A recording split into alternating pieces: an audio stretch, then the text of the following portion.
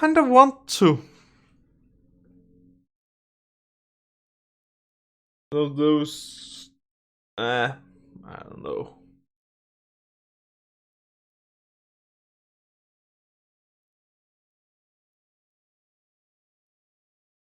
This is really getting on my nerves.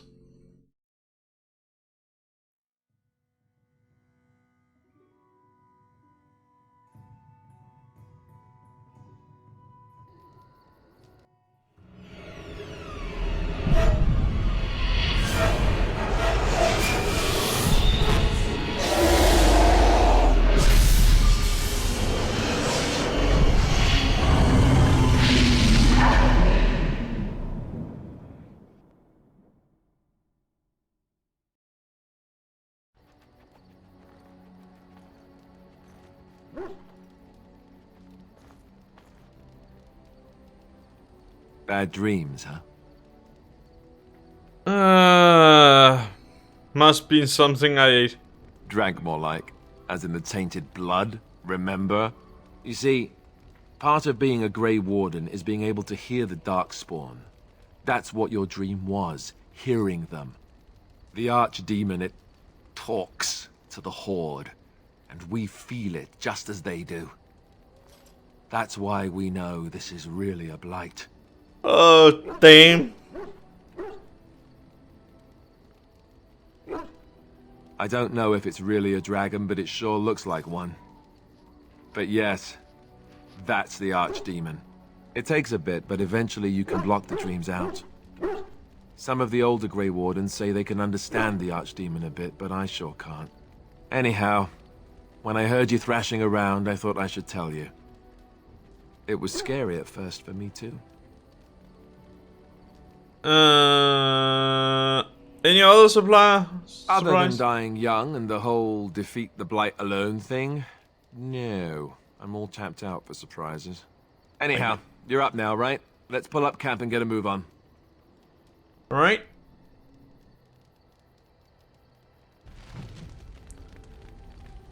Oh, damn.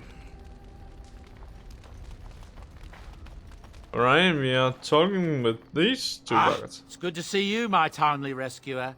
Bodon Feddick, at your service, once again. I saw your camp and remember the kind offer that you made the last time we met. And is there anywhere safer for a poor merchant and his son to sleep? I think not. I'm perfectly willing to offer you a fine discount for the inconvenience of our presence. How does that sound? Good? Yes? Yes, you're free to stay. Wonderful. Thank the kind lady, won't you, boy? Thank you, kind lady. We won't be a bother to you and your companions, I assure you. If you should need enchantments, simply talk to my boy. Otherwise, come speak with me. Thank you. Hello. The boy's a bit simple, but he's rather good with enchantments. One of those tranquil fellas actually called him a... what was it now? A savant.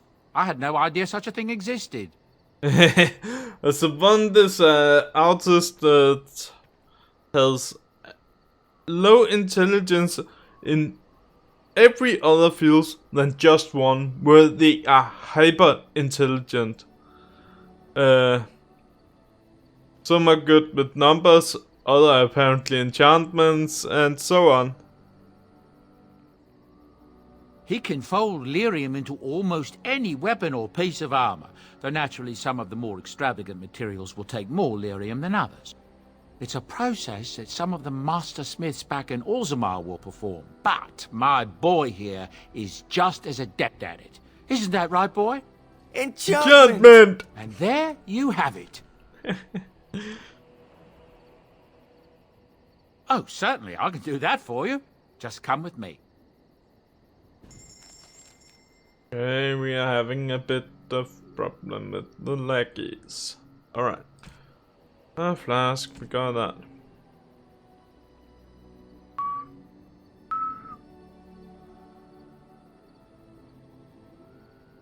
Degrees. Okay, thoughtful kid one. Alright, first, backpack. Yes, the steeple. This is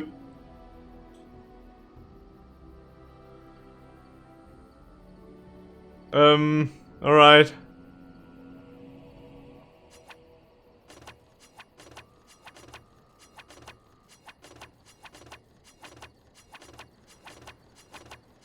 First of all,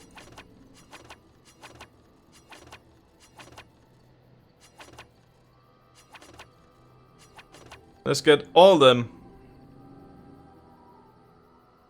Thoughtful gifts and sugar cake. Unstable pigeon. We don't have the money for these two yet, but we're certainly also getting them.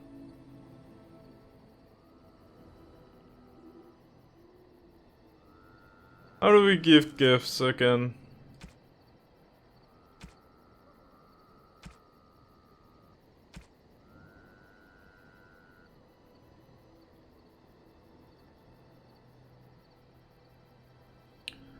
Okay, that's not the way we give gifts. Give gifts. Yep.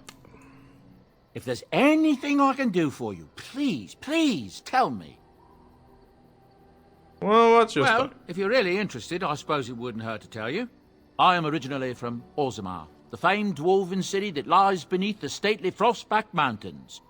I was a merchant there, too. Merchant caste. These things are in the blood, you know. You can't just leave them behind. I ran a fairly successful business. Rare artifacts, you know. Old things, grand things. The nobles loved them. Reminded them of the lost glory days, I suppose. Lost glory? Our kingdoms once spanned the length of Thados, from majestic Orzammar to Kal Sharok to glittering Darmalin far to the west. They say the gold and silver veins ran so thick through the stone of Darmalin that the entire city sparkled. The Darkspawn took it all, of course. One by one, the old Tigers fell, and then all that was left was Orzammar. But we were talking about how I ended up here, weren't we? One day, a noble woman came to my store. She looked around for a bit and then started shrieking in dismay. Apparently, she believed that a pair of braces I had for sale once belonged to her brother. He'd been lost in a cave-in, you see, while on an expedition to clear out the Darkspawn from one of the tunnels running close to the city. They were made specially for him. They're unique, she shrieked. He stole them from my poor brother's corpse. She had me arrested on the spot, of course. Nobles, they're touchy like that.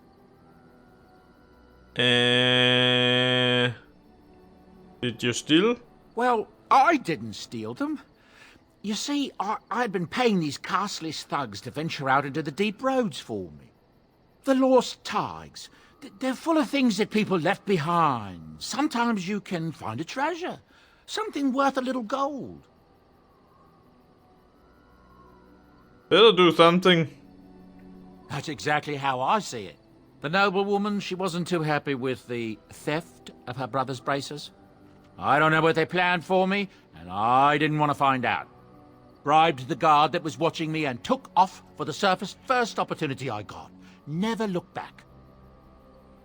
And now you're here. Yes, here I am. Now, is there anything the boy or I can get you? Have you heard any rumor?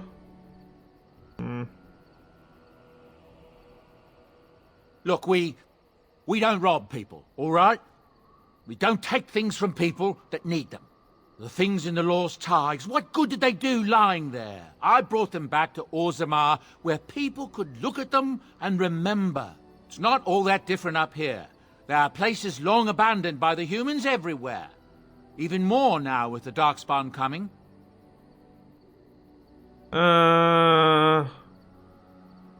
People flee from the Blight with good reason, but they forget things. Things with value and meaning. They leave them behind because they're frightened and desperate. And sometimes, my boy and I, we find our way to these places before the Horde descends, and we save these things. I take them away so the Darkspawn don't get them. Is that so bad? No. They destroy everything they touch.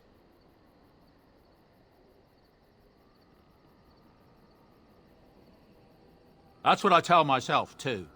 Ah, these are dark times indeed. Dark times, my friend. Have you heard any With King rumor? Kaelin dead, the throne falls to Queen Honora. She's made her father the regent, however, at least for now. I think Kaelin's father, old King Merrick, would have approved. That's what I've heard on the road, anyhow. Take it for what it is. Alright. As you wish. I'm sure you'll be pleased with the goods my boy and I have collected. And with your discount. Like discount. I don't like lag.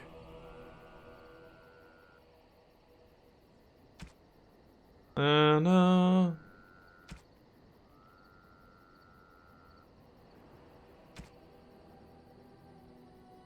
really got some great things, but you're more interested in this. Inventory's full. What? Ah, son of a bitch. Okay, okay.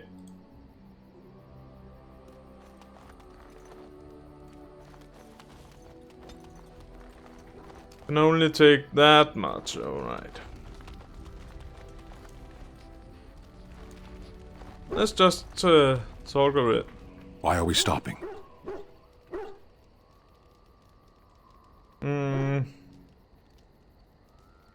There are darkspawn to be fought. Is this delay needful?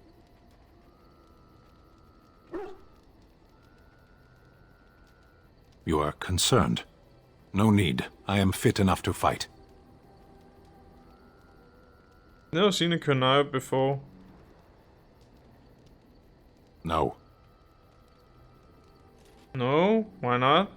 People are not simple. They cannot be summarized for easy reference in the manner of, the elves are a lithe, pointy-eared people who excel at poverty. Okay. I am. Have you ever fought a war? Decide. I am a Sten of the Beresad. I did not choose to be who I am any more than you did. I have always fought in war, elf. Some of them. They aren't all alike. Generally, I do not see how this matters. Seheron and Parvolan are distant. Ferelden and the Darkspawn are immediate. So? As you wish.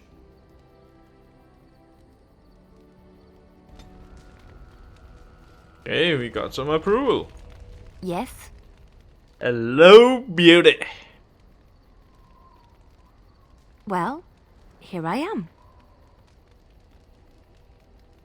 I knew this would come up sooner or later. I don't know how to explain, but I had a dream. In it, there was an impenetrable darkness. It was so dense, so real. And there was a noise, a terrible, ungodly noise. I stood on a peak and watched as the darkness consumed everything. And when the storm swallowed the last of the sun's light, I fell, and the darkness drew me in.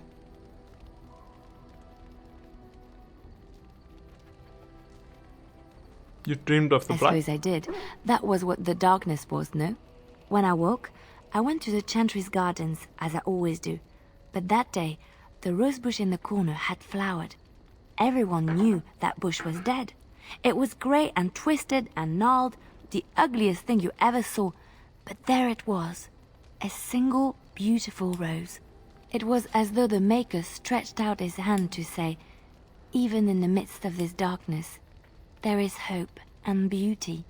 Have faith.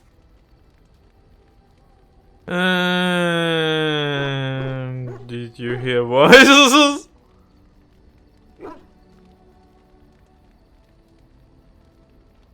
In my dream, I fell, or maybe I jumped. I'd do anything to stop the blight. I know that we can do it. There are so many good things in the Maker's world. How can I sit by while the blight devours everything?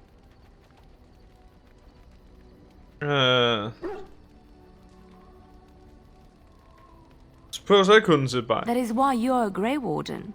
Come, there's a blight to stop. Okay. Yes? I'd like to talk to you. Well, here I am. What was it like? Quiet. It was a life suited for contemplation. In the cloister, away from the fuss and the flurry of the cities, I found peace. And in that stillness, I could hear the Maker. But it was not perfect. Some of my chantry fellows were condescending. That is the nature of religious folk, I suppose.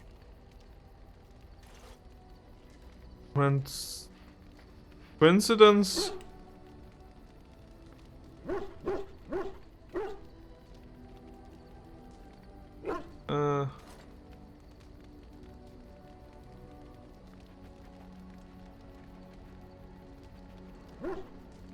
When I talked about my beliefs, that the Maker reveals himself in the beauty of his world, they treated me with disdain.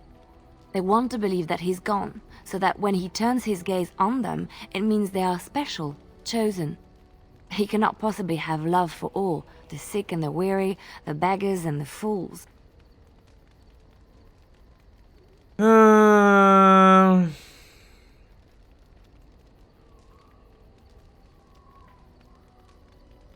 Thank you.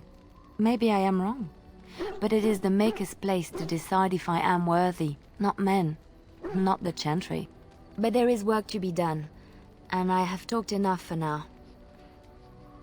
Thank you. Let's see. I got some approval. Yes? Well, here I am. What is meant by someone like me? A beautiful, charming woman like you. And there were no beautiful, charming women in the cloisters, you think? You would be wrong. There were many lovely young initiates in the Lothering cloister, all of them chaste and virtuous. It added to their mystique. Because then, they were forbidden, and forbidden fruit is the sweeter, no? Oh, yes, they are.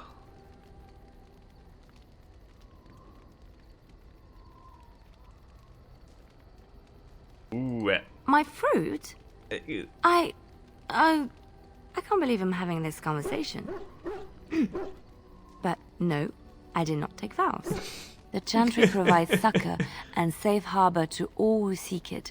I chose to stay and become affirmed. Affirm? We affirm our belief in the Maker, in Andraste and the chant, but other than that, there are no vows taken. What did you do before that? I was a traveling minstrel in Orlais. Tales and songs were my life. I performed, and they rewarded me with applause and coin. And my skill in battle? Well, you pick up different skills when you travel, yes? Yes, of course. Let's move on.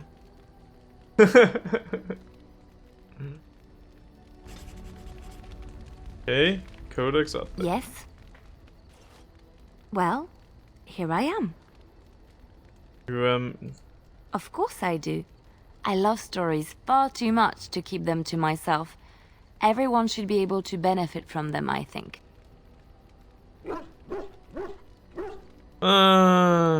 Chantry law says it is man's pride that created the Darkspawn. In ages past, the mages of the Tevinder Imperium ruled much of the world we know.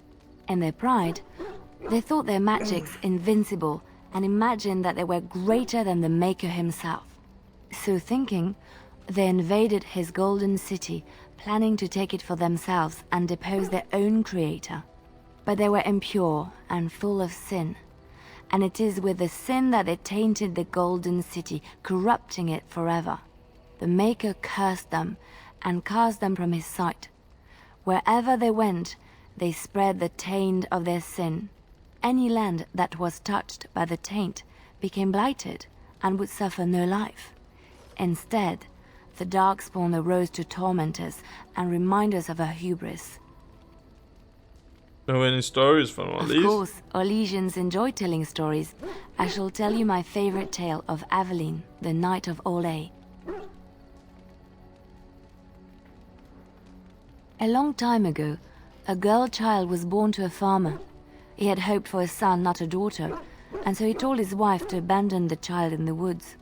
Before the cold could claim her, the baby was found by a tribe of Dalish elves who took pity on the poor mewling thing and raised her as their own. Aveline, for that is what they called her, grew strong and quick and clever under the guidance of the elves. She learned to wield the sword as well as any man, could kill a deer with an arrow at 100 paces, and was as graceful on the back of a horse as she was on foot. Aveline's Dalish guardians saw that she could easily best any Orlesian chevalier in battle, and wanted to show the cruel humans the child they had left to die. They bestowed upon her a fine horse and armor, and sent her to prove herself to her people in the grand tourney. Now in those days, no woman was allowed to take up arms, let alone compete in the grand tourney, but Aveline kept her helmet on and was not discovered.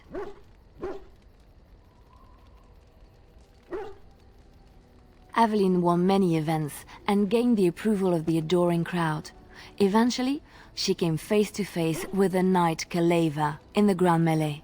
Aveline had already bested him in the joust, and Kaleva was determined not to lose a second time. Out of desperation to regain his honor, Kaleva tripped Aveline and tossed her to the ground, ripping off her helmet as he did so. Silence fell upon the arena as Aveline was revealed. Kaleva declared the previous competitions invalid. A woman had taken part, and this was not allowed. But the crowd cheered for Aveline. Kaleva was furious, for he had lost to a woman and was now being shamed. Blinded by his rage, he forced Aveline to her knees. "Know your place, woman," cried he, and slit her throat. Oh, I was hoping for a little happy ending. The son of the king, Prince Freyan, was present. He recognized Aveline's skill and bravery and began to see the injustice done to the women in his land. When he was made king, he rewrote the laws of Orlais so that women could also become chevalier. He honored Aveline and knighted her after her death.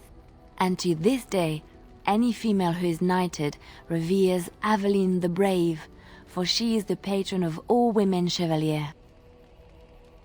Alright. I know one, told to me by my mother a long time ago. It always chilled me to the bone. Maybe you have heard of Flemeth? Flemeth Morgensmoke? Are you sure? Was she the Flemeth of legend? Flemeth, the devourer of men? Flemeth, mother of witches? Flemeth, demon-touched, who dwells in the mists?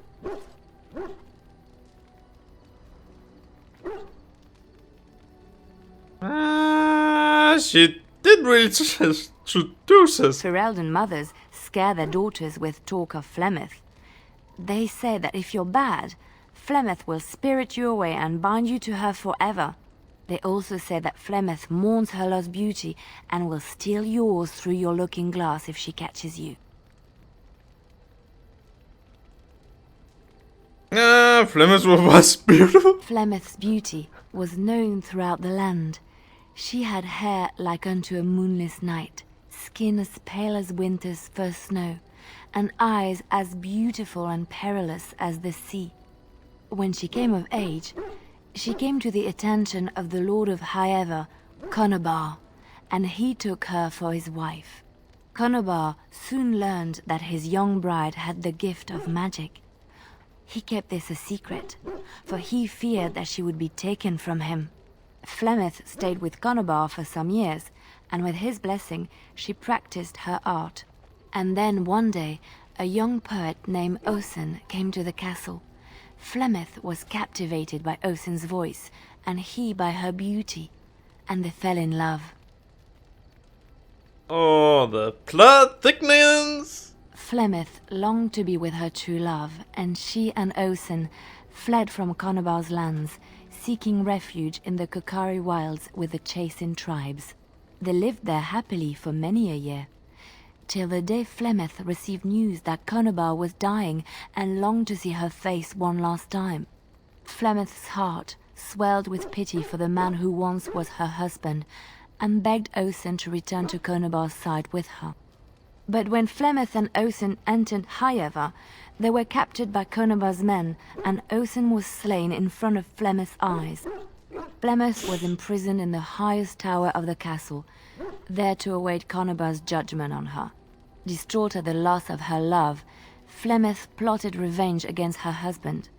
She summoned a fey demon, intending for it to wreak vengeance on Conobar. But a spell went awry. The demon possessed Flemeth. Turning her into an abomination, the halls of the castle ran red with blood as Flemeth slaughtered Conobar and all his men. The last of Flemeth's humanity melted away, and at dawn, she stole back to the wilds to plot and scheme for 100 years. They say she took to her side many Chasing men, and with their help, begat her daughter witches, who even now prowl the dark places of the Kokari wilds.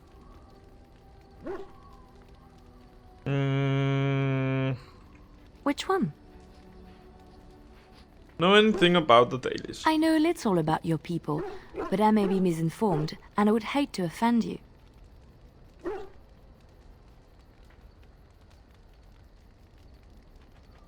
I have heard a little about how the elves gained their freedom from the Tevinter Imperium. When Andraste began her exalted march against the Imperium, the elves joined her cause to fight their masters. The great elven leader, Shatan, born in captivity, rose up to lead his people. He foresaw a future where the elves were free. Shatan was killed when Andraste was betrayed, but the elves continued to fight, eventually breaking free of the Imperium. The elves claimed the Dales in the south and settled there in a land of their own. But your humans had to take that from us too. The elves lived in the Dales for centuries. They resurrected the worship of the elven gods and would allow the building of no chantry. This angered the chantry, and the hostility between the two factions finally broke out in open war. The chantry says the elves struck first, but I do not know whether to believe it. The chantry declared a wholly exalted march against the elves, named for Andraste's similar march against Tevinter. During the exalted march of the Dales, the elven cities were sacked, and the elven state completely dissolved.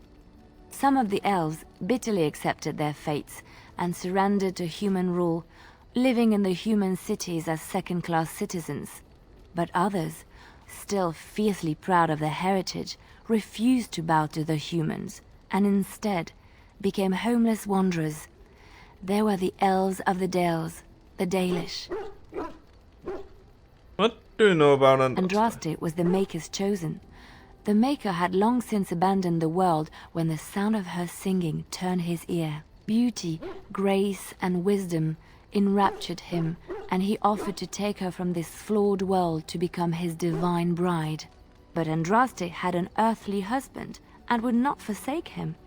Instead, she beseeched the Maker to return to his people once more.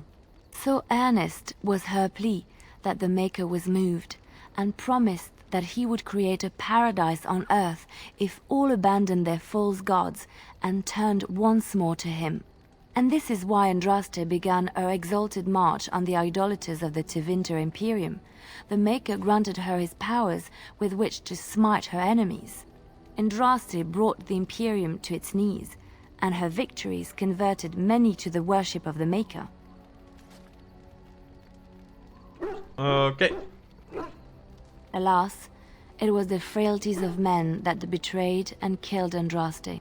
Her earthly husband, Maferath, a chieftain of the Alamari tribes himself, grew jealous as his wife's popularity and influence overshadowed his own. She was also revered as the Maker's betrothed, and Maferath began to see their own bond waning in significance as Andraste became ever more devoted to the Maker. Out of envy and spite, Maferath made a pact with the Archon Hysarion of Tevinter, allowing his beloved Andraste to be ambushed and captured. Andraste was burned at the stake in Minrathous, the capital of Tevinter.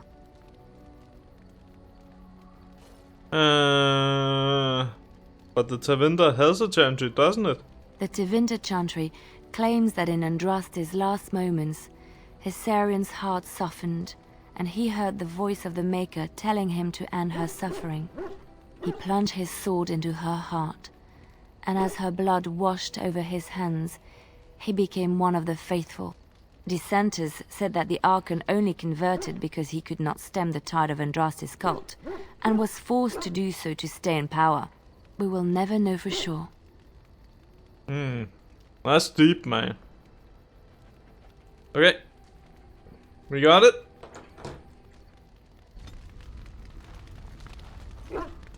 What do you need?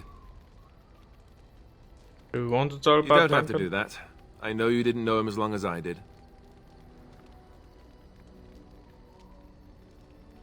I should have handled it better. Duncan warned me right from the beginning that this could happen. Any of us could die in battle. I shouldn't have lost it, not when so much is riding on us, not with the Blight and everything. I'm sorry. No, I'm done. I'd like to have a proper funeral for him. Maybe once this is all done, if we're still alive. I don't think he had any family to speak of. I don't know.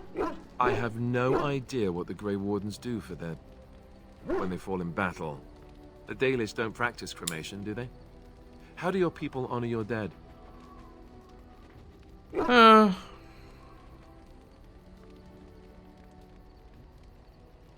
That sounds quite beautiful. Life springing from death. Thank you. Really, I mean it. It was good to talk about it, at least a little. Any day. I'd like that. So would he, I think.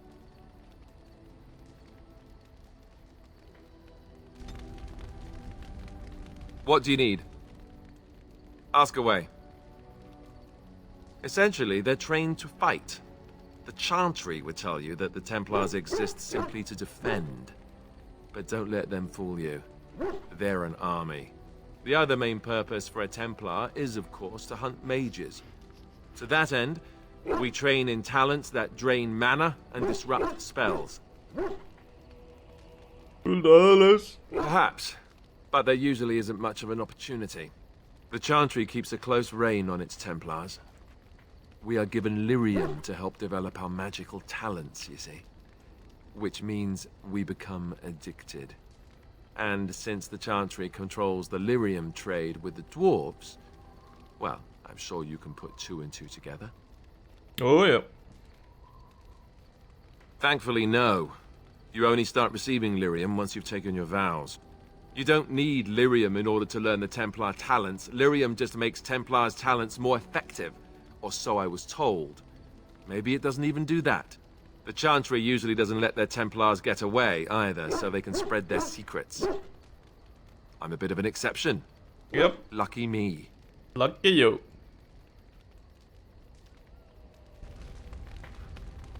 What do you need? Ask away. I suppose I could. But I really would rather not. When the Grand Cleric let Duncan recruit me, she made me swear never to reveal Templar secrets outside of the Chantry. I'd rather not go back on my word. Oh well. Ask me later, perhaps. Maybe I'll change my mind. This is not something small you're asking, after all. It sure isn't. What do you need? Ask away. How did you become a Grey? Same way you did. You drink some blood, you choke on it, and pass out. You haven't forgotten already, have you? Before that. Let's see. I was in the Chantry before. I trained for many years to become a Templar, in fact. That's where I learned most of my skills. You don't seem like religious. You're telling me I was banished to the kitchens to scour the pots more times than I can count. And that's a lot. I can count pretty high. The Grand Cleric didn't want to let me go. Duncan was forced to conscript me, actually, and was she ever furious when he did. I thought she was going to have us both arrested. I was lucky. This thing's... I wondered that myself. It's not as if she valued me highly. I think she just didn't want to give anything to the Grey Wardens, is all. The Chantry didn't lose much. And I think I can do more fighting the Blight anyhow, rather than sitting in a temple somewhere. I'll always be thankful to Duncan for recruiting me. If it hadn't been for him, you know, I wouldn't have.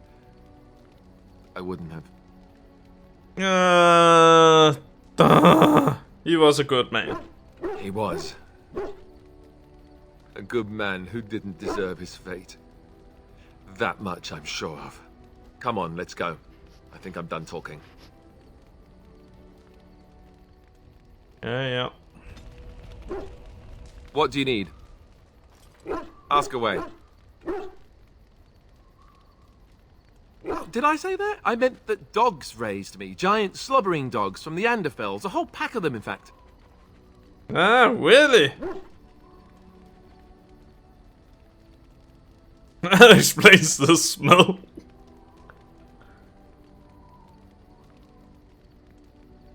Well, they were flying dogs, you see. Surprisingly strict parents, too. And devout Andrastians to boot.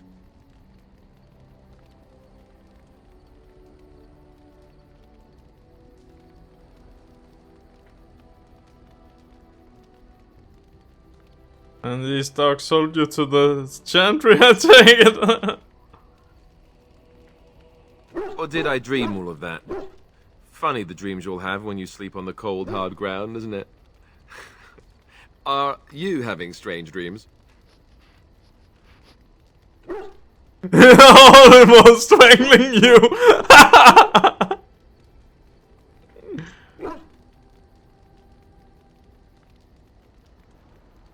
Only ones were. I think I completely lost my chain of thought. Oh, there it is. Let's see, how do I explain this? I'm a bastard. And before you make any smart comments, I mean the fatherless kind. My mother was a serving girl in Redcliffe Castle who died when I was very young. Arleman wasn't my father, but he took me in anyhow and put a roof over my head. He was good to me, and he didn't have to be. I respect the man, and I don't blame him anymore for sending me off to the Chantry once I was old enough.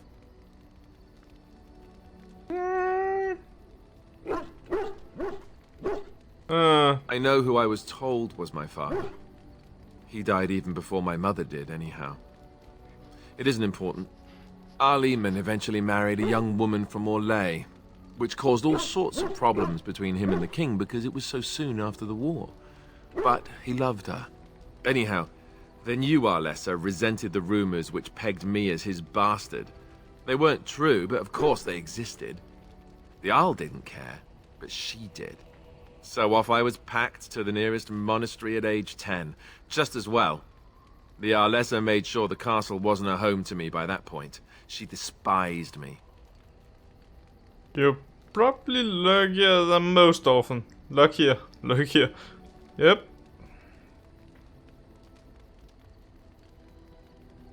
Wasn't it in a... What an awful thing to do to her. Maybe. She felt threatened by my presence, I can see that now. I can't say I blame her. She wondered if the rumors were true herself, I bet. I remember I had an amulet with Andraste's holy symbol on it. The only thing I had of my mother's. I was so furious at being sent away, I tore it off and threw it at the wall and it shattered. Stupid, stupid thing to do. The Arl came by the monastery a few times to see how I was, but I was stubborn. I hated it there, and blamed him for everything. And eventually, he just stopped coming. Oh, that's sad. You think that... Oh, I think so, yes. This news we've heard about him being sick disturbs me, though. I wonder if we won't discover that Loghain has come to the same conclusion as we have. Anyway, that's really all there is to the story. Alright. What do you need? Night to talk. Ask about away. Something. Have you seen the uniform? It's not only stylish, but well made. I'm a sucker for good tailoring.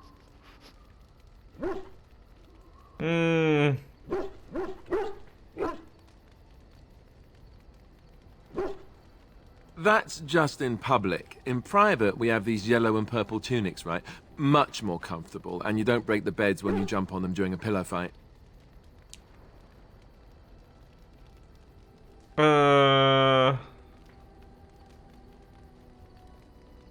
You had lots of pillow fights to take. On confession day, we could go all night.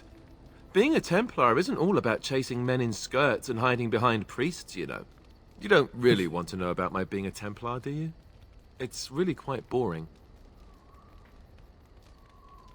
Make up something more exciting. You know, I like the way you think. But I guess if you're really curious, there's no harm in obliging. I have a couple of interesting-looking moles I can show you later, too, if you're interested. The truth of the matter is that I did hate going to the monastery. The initiates from poor families thought I put on airs, while the noble ones called me a bastard and ignored me. I felt like Al Eamon had cast me off, unwanted, and I was determined to be bitter. But I took some solace in the training itself, I guess. I was actually quite good at it. What did you enjoy about the training? The education, mostly, but also the discipline. You need to have a disciplined mind in order to use the abilities we have. It was difficult, but rewarding. I never really felt at home anywhere, though, until I joined the Grey Wardens. And Duncan felt my Templar abilities might be useful for when we encountered Darkspawn magic, so I kept it up. What about you? Do you have anywhere you consider home? Anywhere where my clan goes is my home. You must miss them a great deal. Duncan and the Grey Wardens are the closest I ever got to that kind of family. We won't always be traveling like this, you know? Once the war is over, once the Blight is... well, a time will come when we'll have to think about having a real home again. Though that seems like a far ways off. And I suppose the Grey Wardens are gone for good. Either way. That's assuming we're surviving. I suppose you're right. We can create new Grey Wardens, but we'll never get back those we lost. I wonder if it would ever feel the same. Anyhow, now I've sidetracked us. We'd better get back to what we're supposed to be doing right now. Yup. What do you need? Ask away. Such as they are. That's a good question. There's plenty in Orlais, but who knows where they might be found. And the nearest Orlesian city is weeks away. If we go north and cross the sea, there's bound to be some in the Free Marches. Again, however, I just don't know where. I don't know anything about Grey Wardens in other lands.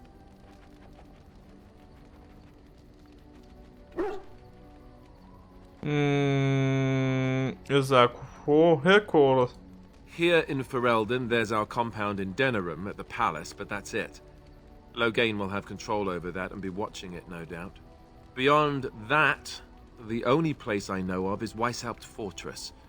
That's the headquarters of all Grey Wardens in the Anderfells, 1,000 miles from here, but I've no idea how to even contact them. So unless we try to get back to the compound in Denerim, I suppose the answer is no. There's nowhere for us to go.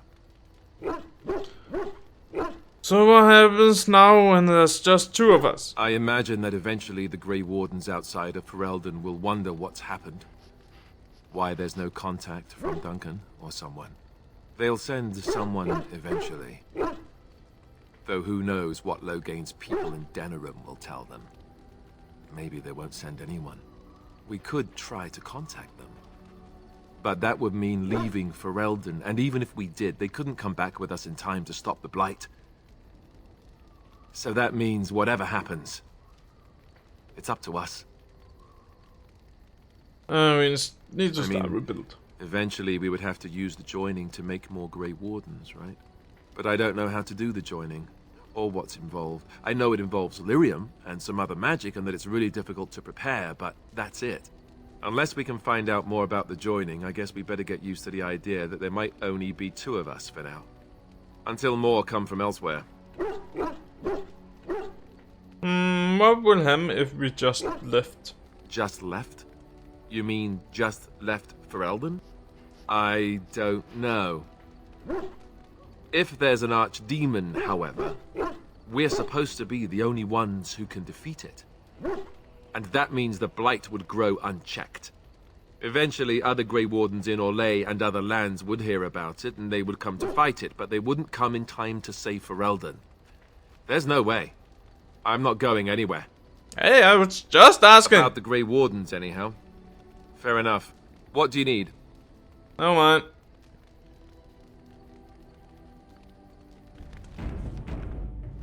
Just saving. Okay. And then we have Mrs. Grumpy Pants over here. What do you wish of me? If you must. Huh? I was not born such. 'Tis a skill of Flemeth's, taught over many years in the wilds. The chastened have tales of we witches, saying that we assume the forms of creatures to watch them from hiding. When a child is alone and separate from his tribe, that is when we strike, dragging the young boy kicking and screaming to our lair to be devoured. A most amusing legend.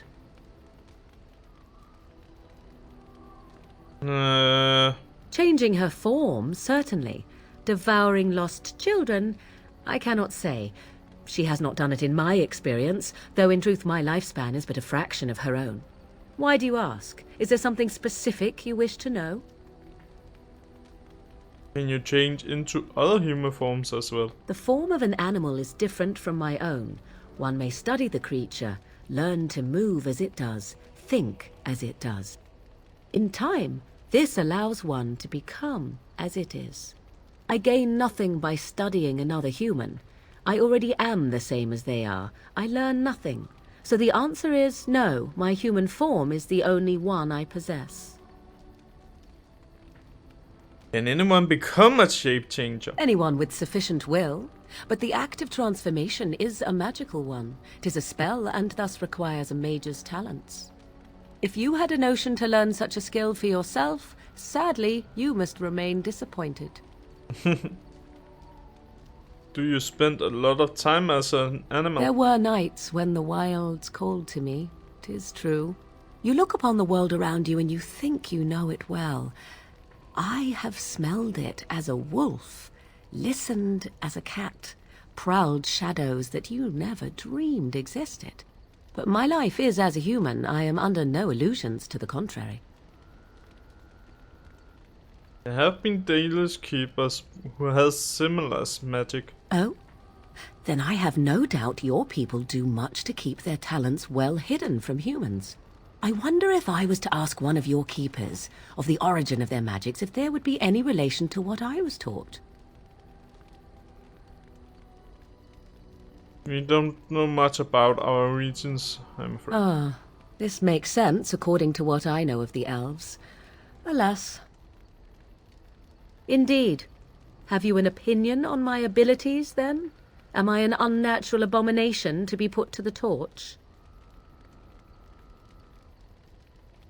A most practical opinion. Far more so than any man I have spoken to. But enough of such talk. Let us proceed, lest the dust gather on us. Alright.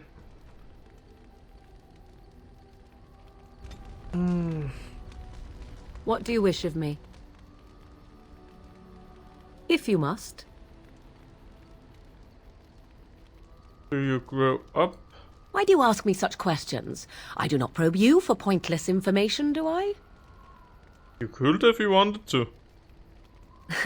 Oh, what luck. What is it you asked? If I grew up in the wilds? A curious question. Where else would you picture me? For many years it was simply Flemeth and I. The wilds and its creatures were more real to me than Flemeth's tales of the world of man. In time I grew curious. I left the wilds to explore what lay beyond, never for long. Brief forays into a civilized wilderness.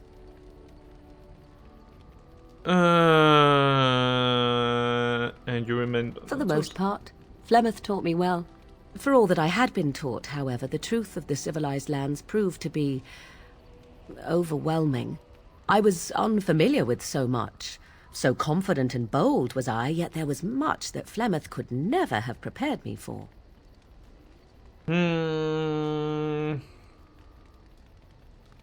Very daring. Equal parts daring and foolhardy, perhaps. Only once was I accused of being a witch of the wilds, and that by a chastened who happened to be travelling with a merchant caravan. He pointed and gasped and began shouting in his strange language, and most assumed he was casting some curse upon me. I acted the terrified girl, and naturally, he was arrested. That was quite quick thinking. Men are always willing to believe two things about a woman. One, that she is weak, and two, that she finds him attractive. I played the weakling and battered my eyelashes at the captain of the guard. Child's play. The point being that I was able to move through human lands fairly easily. Whatever humans think a witch of the wild looks like, 'tis not I. Not that I did not have trouble. There are things about human society which have always puzzled me, such as the touching. Why all the touching for a simple greeting? That I have no idea. Do not speak to me of trivialities. Your culture is not so entirely different. There were many nuances that Flemeth could never tell me of. When to look into another's eyes, how to eat at a table, how to bargain without offending. None of these things I knew. I still do not understand it all, truth be told, but then I gave up long ago any hope of doing so. When I returned to the wilds last, I swore to Flemeth that I had no intention of leaving again. Yet, here you are. Yes? Let's ignore the entire Darkspawn threat and the presence of a simpleton as your only other Grey Warden ally, then. Not that I lack appreciation for the intent of your comment. Thank you. Well, let's get on with it before the ground opens up and swallows us, yes?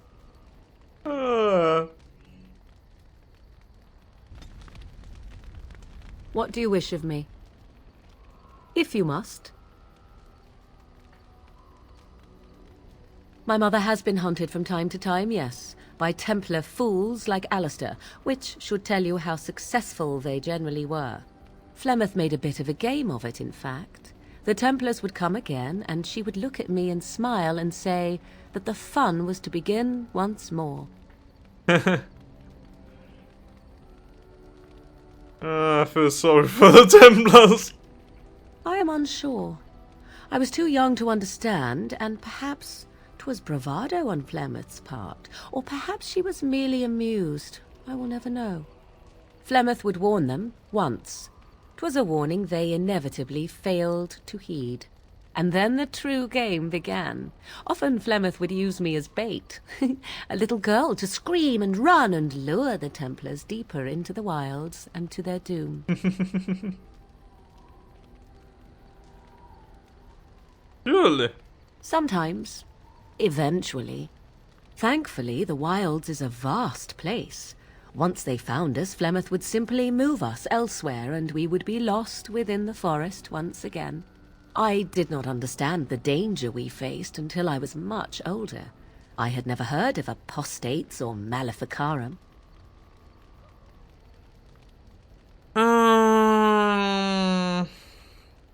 What exactly is an apostate? You do not know? The Zealots use that word for any magic they do not control.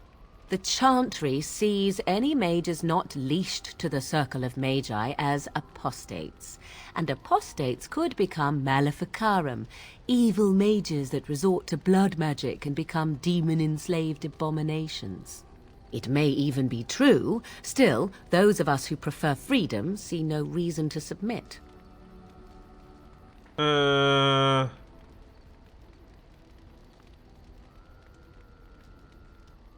I'm a mage, I might think the same.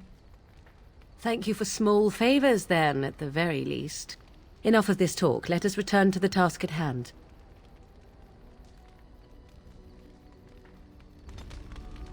What do you wish of me? If you must. Well, that depends, does it not? What does she seem to be? Not your own band! Human? Oh, she certainly was human. Once. Tell me, how much do you know of the tale? The one that the Chastened still tell of my mother, to frighten them into obedience. I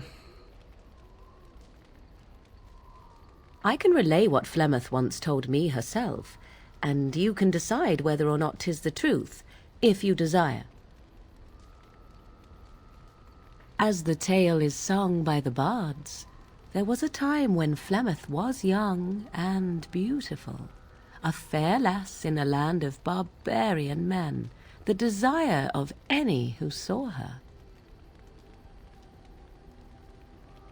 How long ago was this?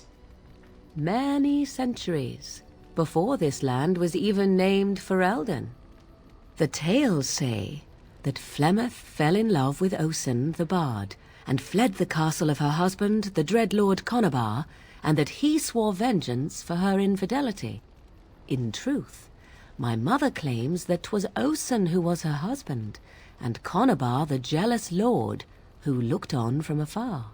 Lord Conobar approached young Osen and offered him wealth and power in exchange for his lovely wife, and Osen agreed. Was. The life of a bard is a poor one, and love fades in the wake of hunger. 'Twas Flemeth who suggested the arrangement. All would have been well had Lord Conobar kept his end of the bargain. But he was a foul man who bargained with coin he did not possess. Osen was led off to a field and slain, left for dead. Flemeth spoke to the spirits and learned of the deed, and swore revenge. Oh.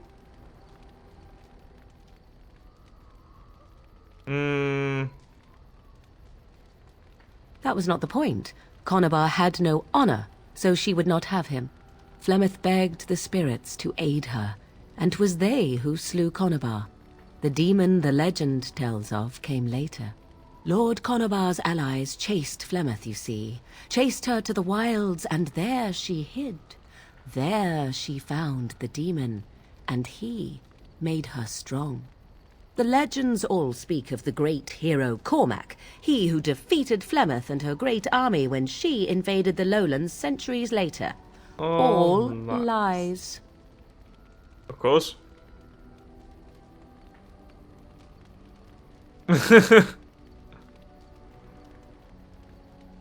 The truth of the matter is that there was never an invasion. As Flemeth tells it, the Chastened never raised an army under her banner, and she never fought with any warrior named Cormac. Cormac led a brutal civil war against his own people, and later claimed it was to vanquish evil that had taken root amongst the lords. Thus, he was hailed a hero. Flemeth was only attached to the legend much later. Perhaps 'twas due to the great war with the Chastened that eventually came, but Mother claims not to know how it began. How is it? The demon within her has transformed her into something else. An abomination, perhaps some would say. I know not. I only know my mother is clever, and she is part of the wilds as it is part of her. But she is no immortal. She bleeds. A blade in her heart would kill her like any other, were it lucky enough to find her. The legend says, yeah, Flemeth had many daughters. You ask if I have sisters. I have asked of this myself. The stories tell of many witches of the wilds after all, not just the one. And these tales existed long before I did. Flemeth refuses to speak of other daughters, if they existed. So, should I believe I am her first? I doubt that too.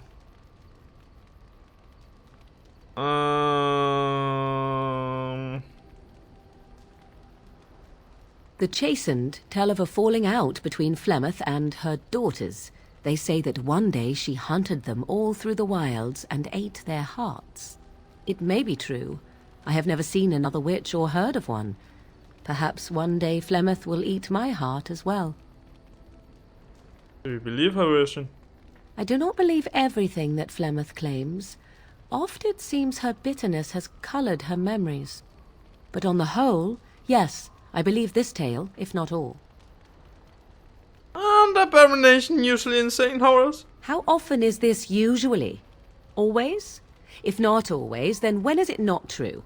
There are more things in this world and the next than you or I could ever hope to understand. What Flemeth became is a mystery. I suspect even to her. Flemeth tells it with far more embellishment than I, but you are welcome. Dare I ask of your own mother? Few are abominations of legend, 'tis true, but I find myself curious nevertheless.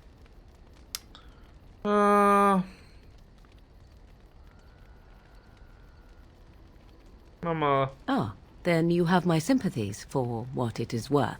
Which is very little, I am certain. It matters not. Let us move on.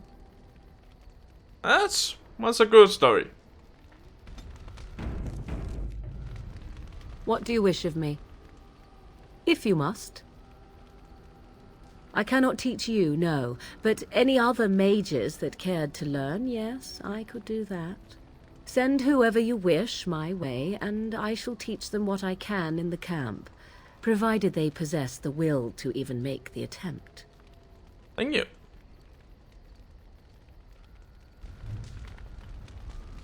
Specialization. What do you wish of me? We are in camp, so 'tis as good a time as any. Never mind. Okay. Are we actually finished here? Can't believe that. Following. Can't travel. Of course I can travel. Who says I can't travel? I'm going to do this.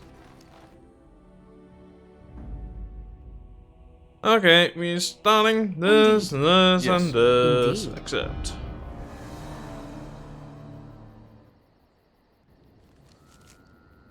And we are going to Lothering. Because we can change at will. We just need to do some whooshy with